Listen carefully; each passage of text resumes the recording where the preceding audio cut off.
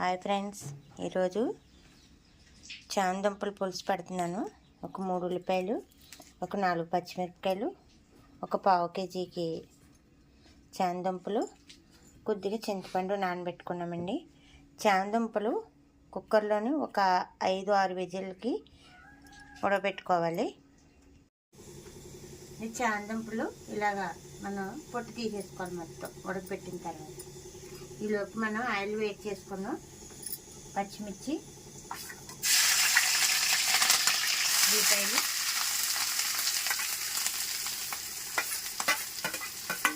వేసుకున్నాం. ఇది మధ్యలోపు మనం కట్ చేసుకున్నాం.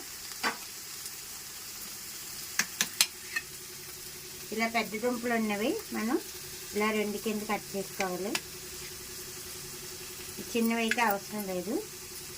ఇలాగ అంటే మీకు నచ్చిన సైజులో నేనైతే ఇలా కట్ చేస్తాను.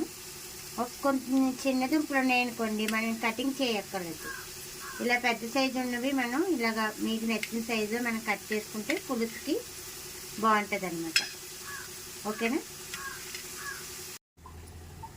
ఓకే, ఉల్లిపాయ ఫ్రై అయిపోయింది. ఉల్లిపాయ ఫ్రై అయిపోయింది కదా, మనం కొంచెం కరివేపాకు వేసుకుందాం. కరివేపాకు కూడా ఫ్రై అయింది.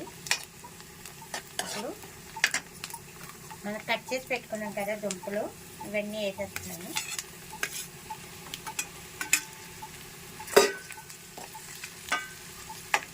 ఓకే, ఇప్పుడు మనం అల్లం వెల్లుల్లిపాయ పేస్ట్ వేసుకున్నామండి.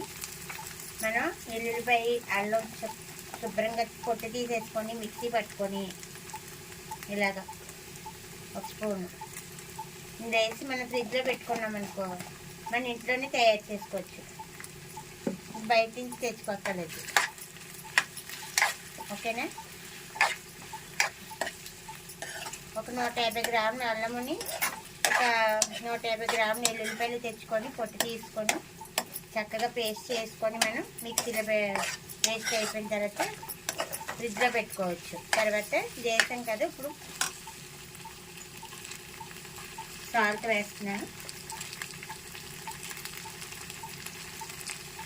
రుచికి తగ్గట్టు వేసుకోండి. మీకు 2 స్పూన్స్ వేసాను. తర్వాత పసుపు,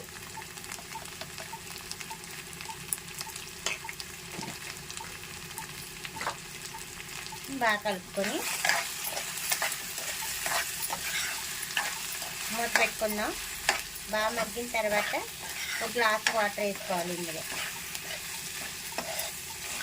ఇలా కలిపింది కదా,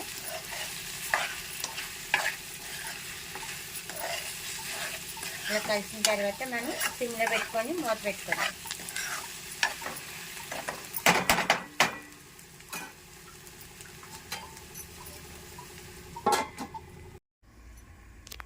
ఓకే, 2 నిమిషాలు అయింది. సాల్ట్, పసుపు, అల్లం వెల్లుల్లిపాయ పేస్ట్ బాగా పట్టింది కదా ముక్కలకి. ఇప్పుడు మనం కారం వేసుకున్నాం.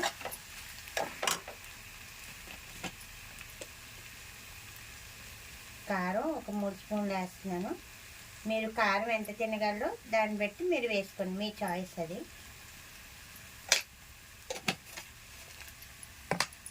కారం బాగా కలుపుకోవాలి మొత్తం.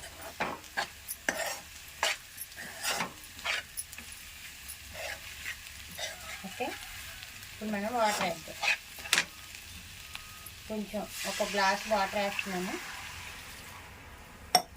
ఇది కొంచెం ఉడికిన తర్వాత మనం చింతపండు పులుపు ఇలా రెడీ చేసుకోవాలండి. చింతపండు పులుపు ఇలా రెడీ చేసుకొని అది ఉడికినప్పుడు ఇది వేసేది.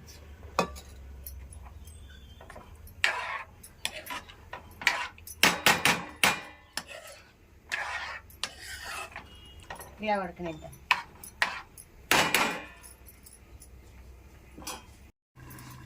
ఓకే, బాగా ఉడికింది కదా, మసాలా అది కారం, సాల్ట్ అన్నీ బాగా పట్టాయి. ఇప్పుడు మనం చింతపండు పులుపు వేసుకున్నాం.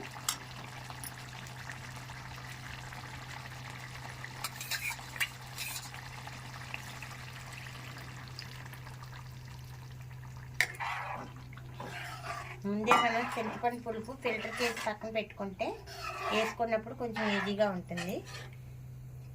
ఓకే, ఇది కొంచెం మరిగిన తర్వాత సాల్ట్ అది సరిపోయిందో లేదో చూసుకొని, సరిపోకపోతే వేసుకోండి. ఓకే ఫ్రెండ్స్, చామదుంపల పులుసు రెడీ అయిపోయింది. ఇలా తిక్కుగా మనకి రెడీ అయిపోయింది, బాగా ఉడికింది. ఇది కోడిగుడ్లతో కలిపి కాంబినేషన్ తీసుకోవచ్చు. ఇందులో చాలా వెరైటీస్ ఉన్నాయండి చామదుంపల్లో. చామదుంప ఎండుచేప పులుసు పెట్టుకోవచ్చు, చామదుంప ఎండేలు వండుకోవచ్చు, కోడిగుడ్డు చామదుంపల పులుసు పెట్టుకోవచ్చు. నేనైతే మామూలుగా చేశాను చామదుంపల పులుసు. మీకు నచ్చితే కనుక ఫాలో చేయండి, లైక్ చేయండి, మీ ఫ్రెండ్స్కి షేర్ చేయండి. ఓం నమో గోవిందాయ నమః.